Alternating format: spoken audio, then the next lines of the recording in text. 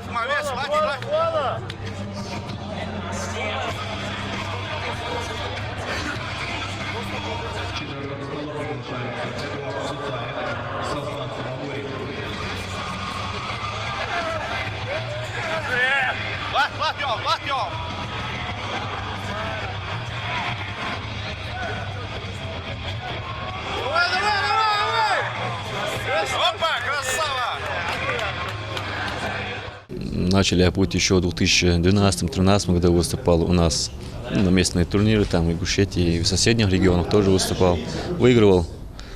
И вот в 2015 году впервые пошел на чемпионат России, выиграл. И как-то не получилось поехать на чемпионат мира. И еще со следующего года, в 2016 году, опять отобрался на чемпионат России. Поехал на чемпионат мира. Нет, сначала на чемпионат Европы поехал. Там как-то не повезло, и в тройку вошел, но не выиграл. И вот хорошо подготовился, месяцев 4-5 на чемпионат мира готовились. И выиграл. На правой руке бронзовый и на левой чемпион мира стал. Вот в 2017 году, после этого много турниров еще было у нас, и в Каспии было, и в Чечне. В 2017 году опять отборолся на чемпионат России, выиграл и пропустил чемпионат Европы. Рамадан месяц там было, поэтому пропустил. Хотел получше подготовиться на чемпионат мира. Вот. И на последнем уже этапе, за месяц до соревнований, попал как-то в аварию. И не получилось. Вместо меня поехал другой, четвертый номер, третий номер поехал. Вот после аварии восстанавливаюсь. В конце уже в 2018 году, сейчас в начале, как-то подготовился, сложно было из-за как-то не в форме был. Выступил сейчас и выиграл. Сейчас в мае уже проходит чемпионат Европы, вот на него и готовлюсь. Как-нибудь изменилась твоя система подготовки? Что-нибудь внес новое вот в эту свою программу? Да, много чего. Так как там роль играет и левая, и правая рука. Я раньше на правую выступал, сейчас на левую. Вот в чем главное вот изменение вида. Скажи, на этом предстоящем чемпионате Европы, как ты расцениваешь свои силы и шансы? На какие результаты ты претендуешь? Скажи, вот победу, видишь ли ты себя на этом пьедестале победителей? Конечно, вижу, все видят. Но я в этом весе раньше выигрывал, и Европу в призах был, и чемпионат мира выиграл именно в этом весовой категории. Всех знаю вроде. Есть шансы, не то что шансы, я претендент в этом весе. Вопрос к тебе как к профессионалу. Скажи, в этом виде спорта, что является важным, главным аспектом, что является вот, центральное место, что занимает, без чего нет армрестлинга как такового? Ну, я бы сказал, без дисциплины, как и во всех видах, без дисциплины, без плана тренировок и без наставника тоже сложно будет. У каждого индивидуальные тренировки именно в этом виде. Ну, в других видах есть, все тренируются одновременно вместе, а в этих есть индивидуальные тренировки. Ну, у каждого своя, как бы. Вот, надо подходить грамотно к этому тренировку. Ну, восстанавливаться надо после тренировки. Вот, и силовые бывают тренировки, и скоростные тренировки. Ну, смотря какая у тебя вот форма нынешняя, и техника этой борьбы какая у тебя. Например, ты крюк борешься, вот надо тренировать именно в этот крюк. Тем не менее, важно, чтобы и другие техники тоже были, но коронка вот своя есть. Якуб, поделись, в чем секрет твоих побед? В усердных тренировках, и я верю в свою победу. Вот. Хотелось бы, чтобы побольше парней приходило в этот спорт, чтобы мы могли командами выступать на чемпионат Европы и мир. Вот. И в целом это оздоровить нашу нацию. Вот так, опор, вот так, вот, ну четко, так. Только а вот из угол бьер, я обороться до хаи, вот угол, вот таул, вот вес, вот так, теперь на бок, вот так.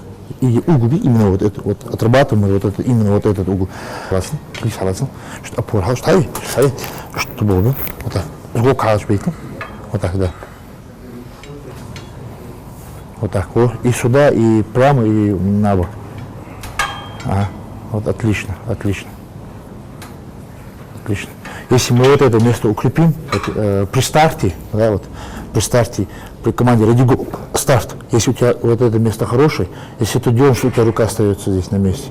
И, естественно, у тебя с соперником уже удобно, и то ли вверх, или то ли там круг. И то же самое на левой руке. Вот так, да. Вот так. Вот поставил ногу, оперед цели нормально и пошел вот так. Локоть заметьте латит, пусть рука работает. Вот так, да. Чувствуешь нагрузку? Отсюда возьми, отсюда. Вот так, отсюда возьми. Еще талаш, еще талаш. Так, чувствуешь? Удобней? Вот так. Взял и пошел. Отлично. Вот сейчас Салтыханов, да, Байзангул, сейчас будет отрабатывать, в принципе, у него слабых сторон нету, сейчас вверх будет отрабатывать, ну, когда удар делай. Ready go, опа, ready go, опа, ready go, опа, ready go, опа. Сейчас на крюк, сейчас он будет, это его любимая борьба, он очень крепкий, в принципе, равных и в России, и не было, в этом году, в прошлом году не было равных. Давай, отрабатывай. Опа. Очень скоростной и очень крепкий парень. Опа, все, красавчики. Сейчас будешь отрабатывать вверх. Я буду двумя руками держать, там силы много. Давай. Ready go. ready go, опа, ready go, опа, ready go, опа. Все. Красавчики. Сейчас ребята дают нагрузку, ну, с помощью жгута, да, вот. Давай, оп. Сейчас ты будешь отрабатывать. На старт? Да. Ready go, опа, ready go, опа, ready go, опа, ready go, опа, ready go, ready go, стоп, стоп, ready go, ready go, ready go, go. Это на круг, Боря, просто на круг, на круг. Ага, все. Ага. Опа, опа. Ага. Все, и отпускай. Ага. Опа.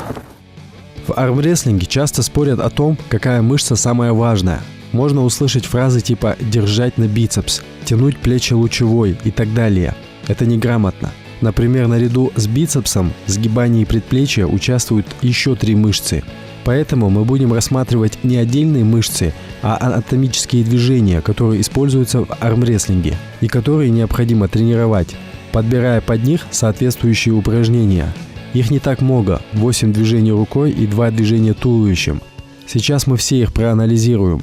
Будем исходить из того, что существует 4 основных технических варианта ведения борьбы – боком, верхом, крюком, трицепсом. Существуют и другие техники атаки в армрестлинге. При атаке трицепсом спортсмен должен сильно двинуть плечом в направлении противника и одновременно подтянуть к себе его кисть. В этом случае основной импульс задается при помощи разгибающих мышц руки. В случае атаки притягиванием спортсмен сгибает кисть, супинируя свою руку и притягивая к себе руку противника.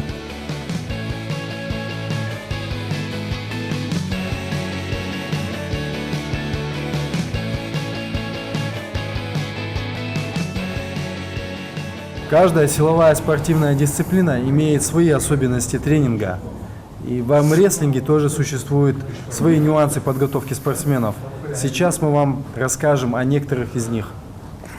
Давай. Вот смотри, первый момент. Когда руку ставишь, сразу ставь ровно. Ровно. Если ты боишься крюком, то ставь его вот так. Вот так. Во. Чтобы ты мог сразу пойти в крюк. Вот. Центр. Вот берем. Смотри. Пальцы. Вот Харун Ибрагим относительно недавно в нашем зале, и очень хороший результат он дает, он перспективный. Давай еще раз, вот так, ровно. Вот самое главное, судья говорит, кисть, вот, кисть, не дай себе замечаний. И он смотрит второе, это фаланги. Сперва кисть, потом фаланги. И в команде, еще раз, вот так вот, подлезть, вот так, отлично, вот так, подлезаешь. И в команде ready go уходишь сразу вот так, отлично. Уходи вот так, не уходи вот так, вот угол под плечо, вот так, уходи вот так, полностью корпусом уходи. Сразу кисть выравнивай. Еще раз, кисть, вот, подлезь, плечо вот так, вот, подлезь. В команде ready go, отлично, очень перспективный. Еще раз. Вот пальцы, вот мы с тобой должны сейчас еще пальцы укрепить. Пальцы еще чуть-чуть, они так слабенько лежат, но если еще пальцы, вот, тот, кто им соперник, допустим, верховик, да, вот, если, вот, если я вот тяну его вверх, если у него пальцы слабые, все, он уже проиграл. А если у него пальцы сильные, он уже закрутил. Я его, смотри, выбил вот так, видишь, я его выбил. Если у него пальцы хорошие, то он может меня выкрутить. Если нет, то я его заберу. То есть вот именно вот этот момент, представьте, допустим, может быть такое, что, допустим, при команде, представьте, он прозевал, и я его взял.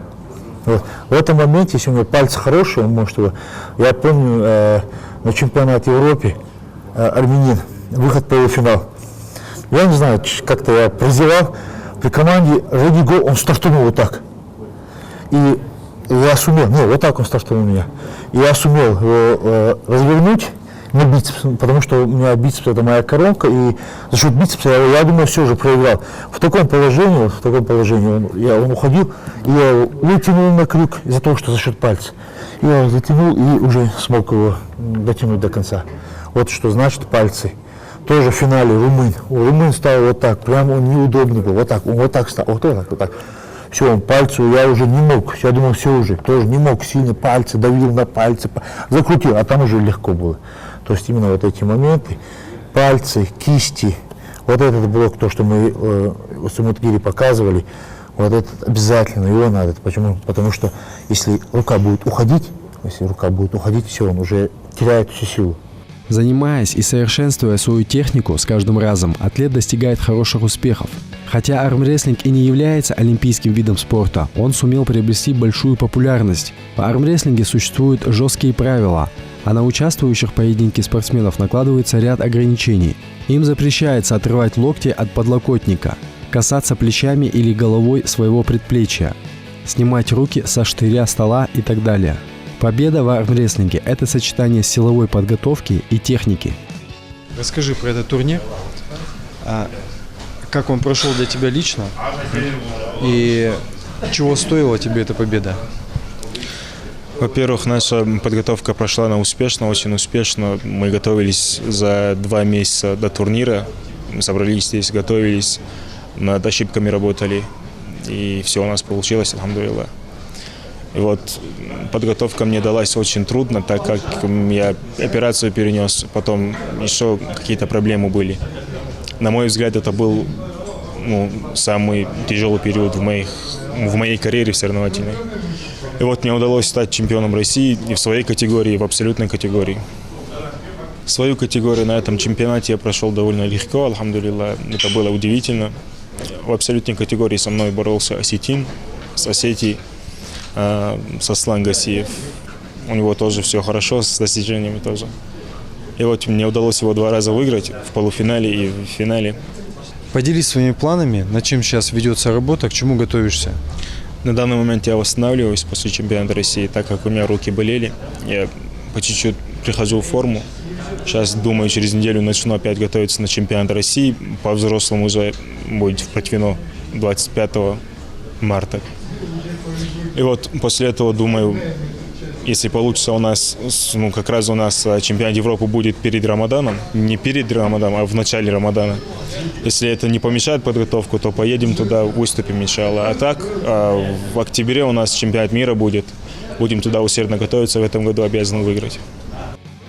Для тренировки по армрестлингу будет правильно использовать основные и базовые упражнения, среди которых отведение кисти, приведение сгибания в запястье, пронация, супинация и различные упражнения на тренинг большого пальца. Все они укрепляют мышцы костей со всех сторон. Это очень важно в данном виде борьбы. Не стоит забывать и про другие общие упражнения для всех силовых видов спорта. Иногда самая тяжелая часть состязаний – это уложить руку противника на стол. Можно выжимать все последние соки из своего бицепса, стараясь прижать руку противника к столу, но так ничего и не достичь. Частенько в армрестлинге так и выглядит. Один почти прижал другого к столу, но тот сопротивляется из последних сил, и это продолжается бесконечно. Как избежать этой досадной сложности? Когда ты готов сделать последний рывок, поверни тело, чтобы плечи развернулись в том направлении, куда давит рука. Это позволит тебе применить силу плечевых мышц и дополнительную массу. Если твой оппонент не сверхчеловек, ему придется нелегко. И снова хочу обратить ваше внимание на то, что нужно делать быстро и плавно. Чем меньше у противника будет времени на реакцию, тем лучше. Это умение требует практики, а иногда учеба и вовсе оборачивается проигрышем. Но недостаточно всего лишь силы рук, гораздо важнее сила духа, которой не занимать нашему следующему герою. С момента нашей с тобой последней встречи прошло уже полгода. Расскажи, чего удалось добиться за это время? О каких результатах? Как ты вырос как профессионал в этом виде спорта? Но с последней нашей с вами встречи мы вместе с тренерами съездили на Кубок Дружбы Калмыкии по армрестлингу. И среди инвалидов, и среди здоровых. Я на этом турнире боролся среди инвалидов и занял 3-е место в абсолютной весовой категории. Что мне это дало? Много чего.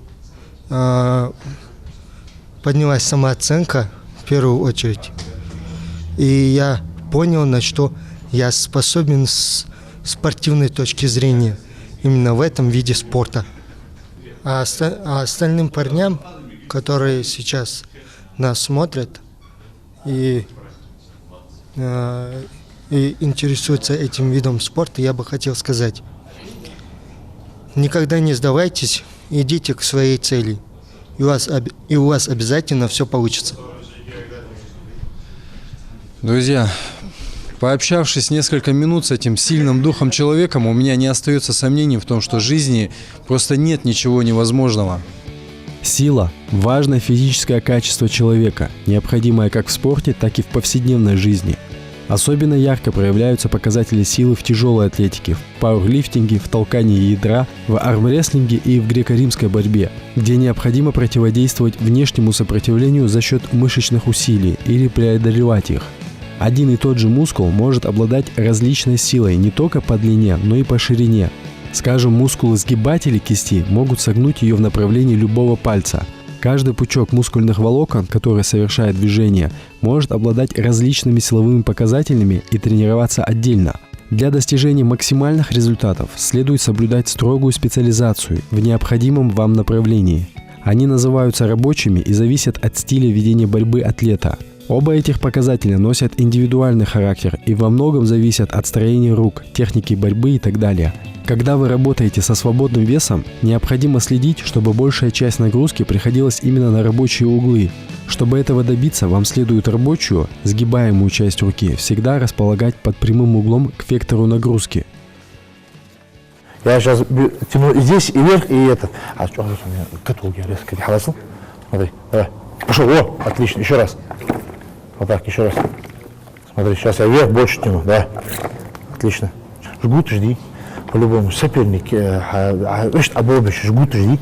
По-любому ты ждешь, уже крик бог, уже. А скигис бог и жгут разные. Вверх, о, чувствуешь? Сейчас. Чувствуешь? Разные нагрузки, жди. Вверх, вверх, вверх, вверх. О, чувствуешь? Армрестлинг стоит особняком среди классических видов единоборств, являющимся наиболее гуманным и интеллигентным способом борьбы. Впрочем, несмотря на миролюбивость, каждый матч является по сути яростной битвой, в которой одинаково важную роль играет как сила, так и значение технических аспектов спорта. Все начинается с правильной стартовой позиции. Она должна обеспечивать такое положение, когда рукоборец с максимальным коэффициентом полезного действия может использовать не только мускулы рук и плеч, но и мышцы туловища, ног, собственный вес. Победа в армрестлинге обеспечивается силовой и технической подготовки спортсмена. Я до соревнований тренировался месяца 2-3. Потом Хусян сказал, есть чемпионат первенства России. И пошел в абсолютную категорию 80+. И самая сложная борьба была в финале. Соперник с Красноярского края.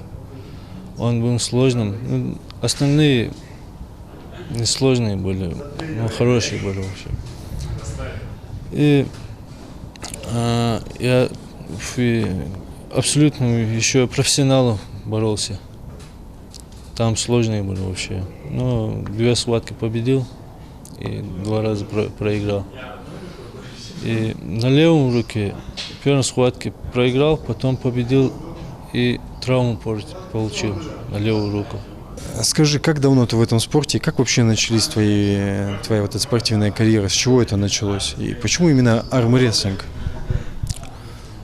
Когда мне было 13 лет, я тогда занимался боксом. И смотрю, и интерес зашел в сердце. И начал тренироваться, постепенно тренируюсь. И понял, что это мой спорт. И начал профессионально тренироваться. И пошел в Очулки, там тренер есть очень хороший, Ибрагим Сагов. Он меня научил, как надо правильно бороться, как надо сконцентрироваться с соперником. И спустя некоторые лет Кати Хусян мне сказал, есть юниорский турнир в России, надо тренироваться, подготовься. И тренируюсь, 2-3 месяца потренировался и пошел первый раз в чемпионат. И стал первым абсолютно категорию 80+.